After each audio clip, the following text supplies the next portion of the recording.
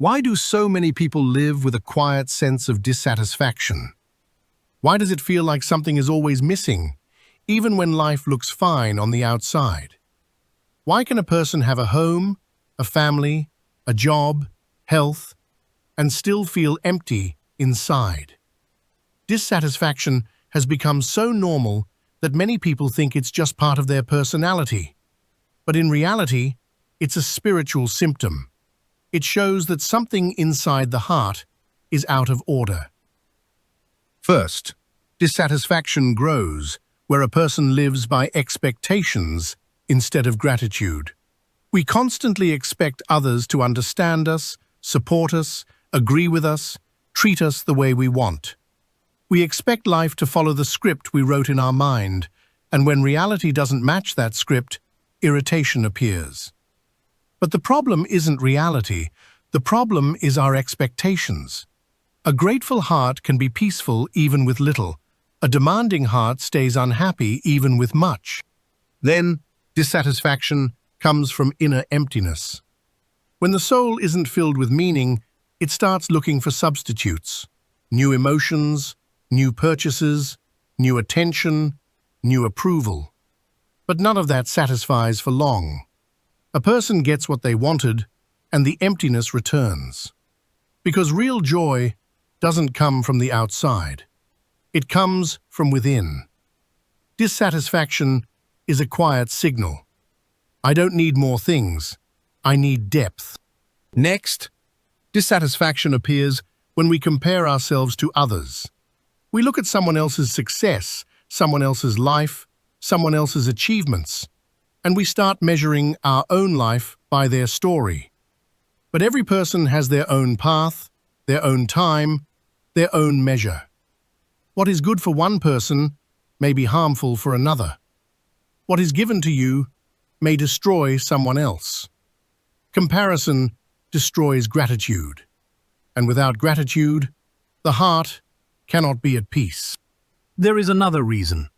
Dissatisfaction grows when we try to control what doesn't belong to us. We want people to behave the way we prefer. We want circumstances to unfold according to our plan. We want life to follow our expectations. But the world is not obligated to match our desires. And the more a person tries to control everything, the more they collide with disappointment. Dissatisfaction is the pain of realizing that the world does not revolve around us. Another source of dissatisfaction is pride. Pride says, I deserve more. People owe me. Why is this happening to me? Why isn't life the way I want it to be? But humility says something different. Lord, thank you for what I have. Help me see the meaning in what you allow. A humble person can be peaceful even in simple circumstances. A proud person stays unhappy even in the best ones. There is also the problem of constant busyness. When the heart is filled with noise, tasks, worries, thoughts, it can't hear itself. And when a person can't hear themselves, they can't hear God. Busyness makes us irritated. We get tired but keep running. We burn out but keep demanding more from ourselves. And in this endless race, dissatisfaction becomes a constant companion. Finally, dissatisfaction is the absence of inner peace.